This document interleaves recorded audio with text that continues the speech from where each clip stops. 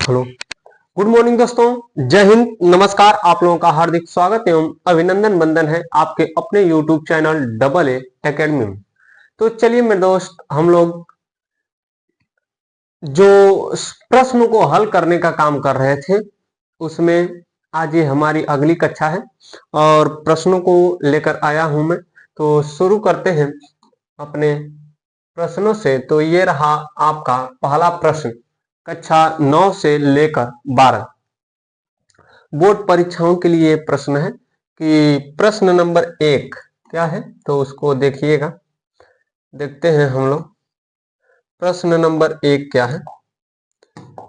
तो प्रश्न नंबर 1 है, आचार्य रामचंद्र शुक्ल का जन्म कब हुआ था? तो आचार्य रामचंद्र शुक्ल का जन्म कब हुआ था? तो ऑप्शन आप लोग बताइए। 1884 में, 86 ईस्वी, 88, 90। इसमें सही कौन है आप लोग बताइए। तो इसमें मैं बता रहा हूं 1886 ईस्वी सही है। ठीक है, तो आगे चलते हैं दोस्त।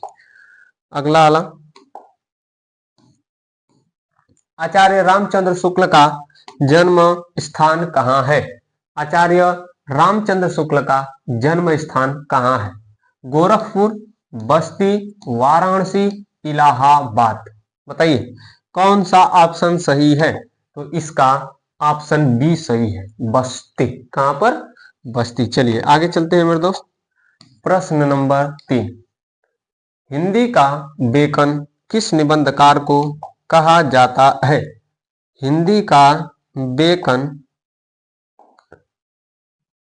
किस निबंधकार को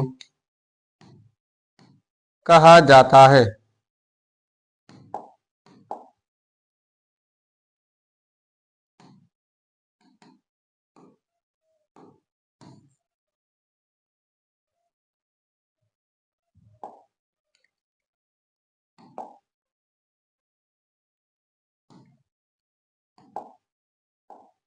चलिए, हिंदी का बेकन किस निबंधकार को कहा जाता है बताइए।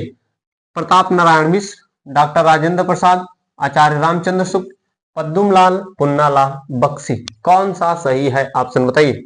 तो आप लोग तीसरा सही मारिएगा इसका, आचार्य रामचंद्र शुक्ल। आगे चलते हैं मेरे दोस्त। आगे चलिए प्रश्नोत्तर नंबर 4 की तरफ चलते हैं। प्रश्न 4 क्या है?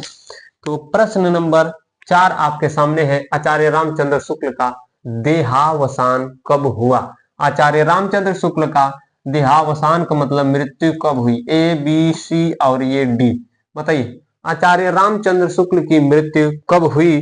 तो आपका सही हो जाना चाहिए बहुत ही जल्दी, पहला वाला 1941 ईस्वी। ठीक है, चलिए आगे चलते हैं।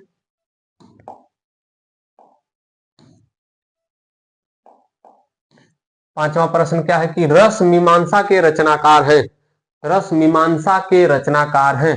तो ऑप्शन ए सही है, आचार्य रामचंद्र शुक्ल। प्रश्न नंबर 6 आइए देखते हैं। 6 क्या है? त्रिवेणी किस विधा की रचना है? त्रिवेणी किस विधा की रचना है? निबंध, नाटक, आलोचना, उपन्यास। इसका सही है आलोचना, छठे का तीसरा। आगे चलिए देखते हैं। प्रश्नोत्तर नंबर 7, मित्रता निबंध के रचनाकार हैं? मित्रता निबंध के रचनाकार हैं आचार्य रामचंद्र शुक्ल। चलिए आगे चलते हैं। प्रश्नोत्तर नंबर 8 क्या है? कुसंग का ज्वर भयानक होता है, यह वाक्य शुक्ल जी के किस निबंध से उद्धृत है या लिया गया है? बताइए कुसंग का ज्वर बहुत ही भयानक होता है, यह मित्रता नामक निबंध से लिया गया है। आगे चलते हैं हम लोग।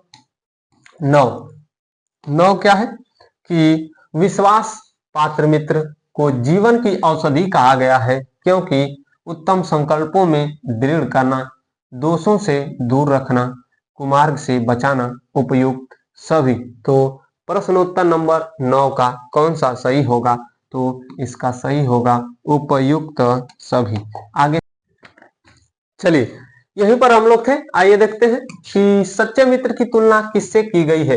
प्रश्नोत्तर नंबर ये 10 था और इसमें हमने बताया कि सच्चे मित्र की तुलना किससे की गई है, औषधि से की गई है, तो इसका सही हमने कर दिया था। ठीक है, तो आइए चलते हैं हम लोग आगे। 11 क्या है कि जयशंकर प्रसाद किस युग के लेखक हैं। जयशंकर प्रसाद छायावाद युग के लेखक हैं। किस युग के लेखक हैं? छायावाद युग के लेखक हैं। चलिए आगे चलते हैं। 11 हो गया, 12 की तरफ चलते हैं। जयशंकर प्रसाद का जन्म कब हुआ था? प्रश्नोत्तर नंबर 12, जयशंकर प्रसाद का जन्म कब हुआ था? तो 1889 ईस्वी में हुआ था। ठीक है, आगे चलिए, आगे चलते हैं। प्रश्नोत्तर नंबर 13, जयशंकर प्रसाद का जन्म स्थान है। जयशंकर प्रसाद का जन्म स्थान कहां पर है? कौन बताएगा? ठीक है, तो आप लोग कमेंट में बताइए। जयशंकर प्रसाद का जन्म काशी में हुआ था। कहां पर हुआ था? काशी में। 13 ये रहा आपका 14वां प्रश्न। जयशंकर प्रसाद का निधन कब हुआ? जयशंकर प्रसाद का निधन कब हुआ? तो 1939 ईस्वी में हुआ था। कब हुआ था? 1939 ईस्वी में हुआ था। आगे चलिए, 15 प्रश्न आपका आने वाला है। तो देखिए, ममता कहानी के रचनाकार कौन थे? बताइए, ममता किसकी रचना है? तो जयशंकर प्रसाद की रचना है। ठीक है, आगे चलिए देखते हैं। 15 हो गया। 16, ममता कहानी के रचनाकार कौन थे? दो प्रश्न, एक ही प्रश्न दो बार हो गया है, तो नहीं, यही भी आपका है। चलिए, यह क्या है आपका? जयशंकर प्रसाद इसके सही होंगे। ठीक है, आगे चलिए देखते हैं। निम्न में से कौन सा कहानी संग्रह जयशंकर प्रसाद द्वारा रचित है? बताइए, निम्नलिखित में से, प्रश्नोत्तर नंबर 16 है, निम्नलिखित में से कौन सा कहानी संग्रह जयशंकर प्रसाद के द्वारा रचित है? चलिए जल्दी करिए, 16 में थोड़ा सा दिमाग लगाइए। आकाशदीप इन्हीं का है। आकाशदीप इन्हीं का है।